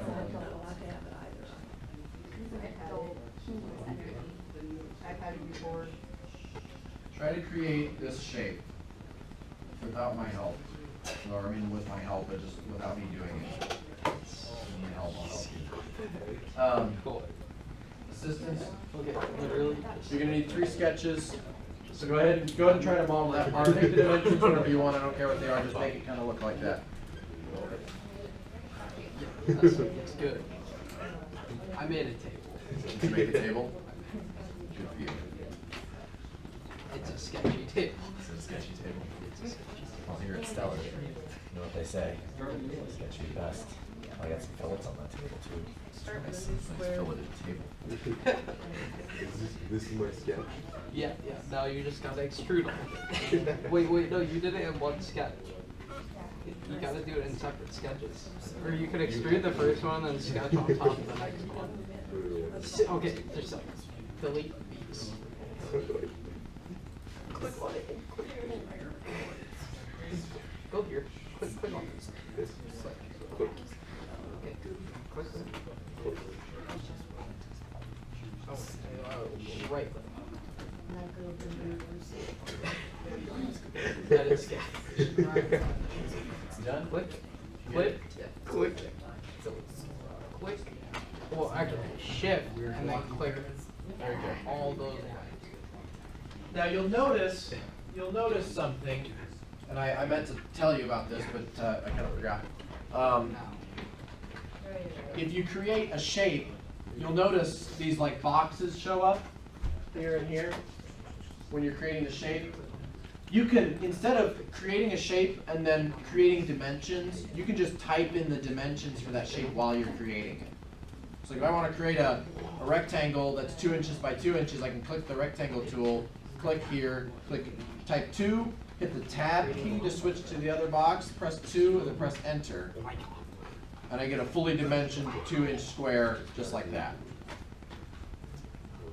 So that's another option. You can do it either way. It's just it's ways to make it faster. Gotta do it one more time.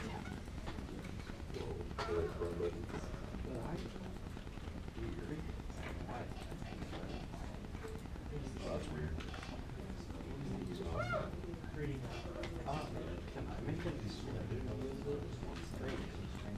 Oh god. No, I just broke my table. I clicked free move and then I pulled the top off. It's a bad idea. I never use free move ever. Like I don't. It's like It's doing its thing.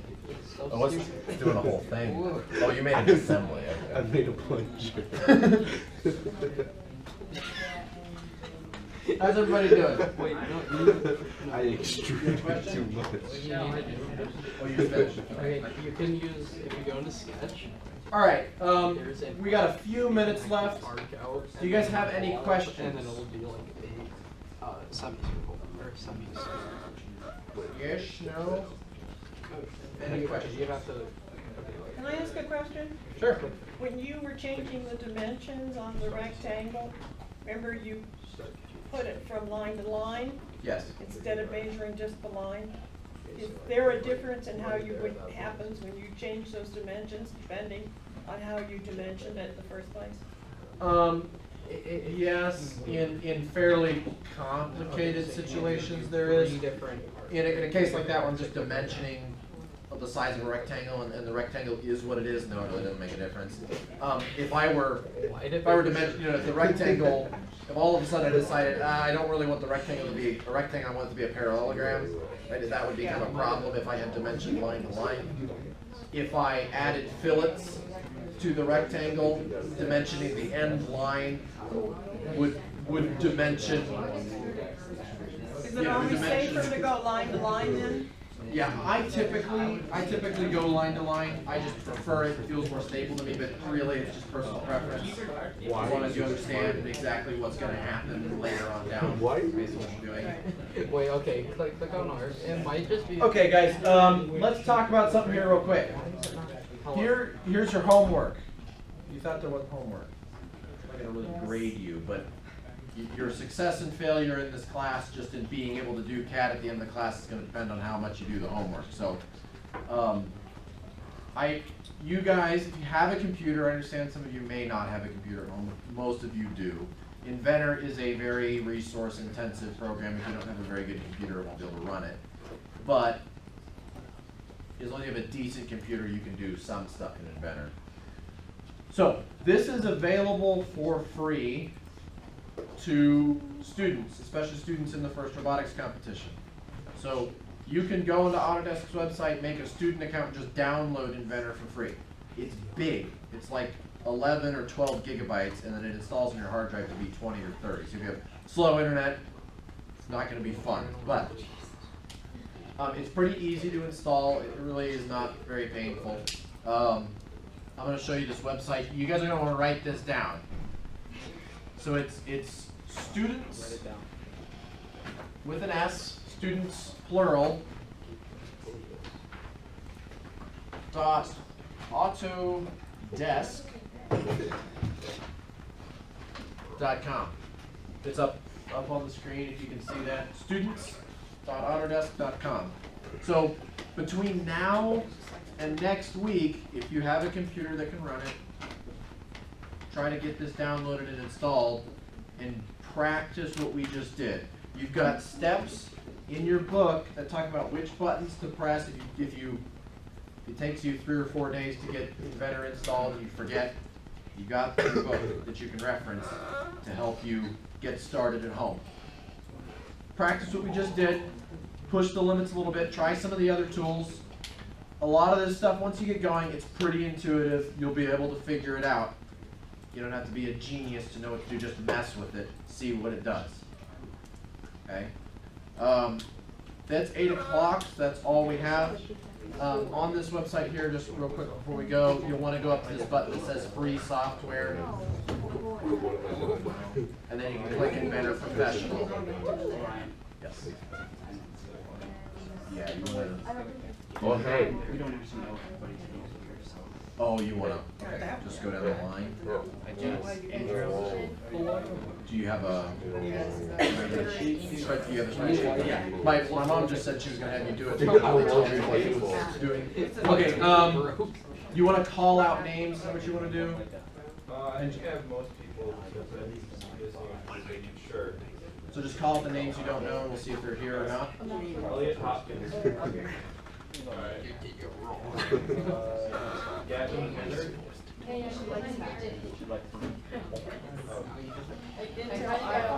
Okay, give us a problem. So, since you built, no. Maybe, I don't know if that's necessarily what you want to do. That's definitely I'm looking at a plunger. Okay, click that. Okay, see that? Here. Click plane. Yes? I can't see it. It goes to 8 o'clock. And then orbit mode. Orbit mode, shift, and middle mouse button. Oh.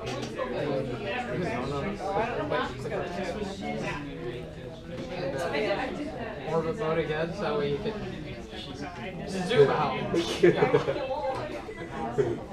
All right. So.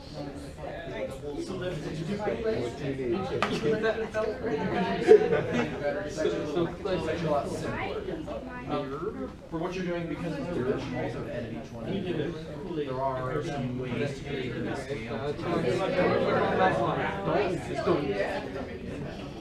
Okay, pretty good. I want everybody to sign the card. Oops. Can I just exit out yet? Yeah. This turned into a mess. Can I exit out? You can do whatever you want. I'm not gonna say that.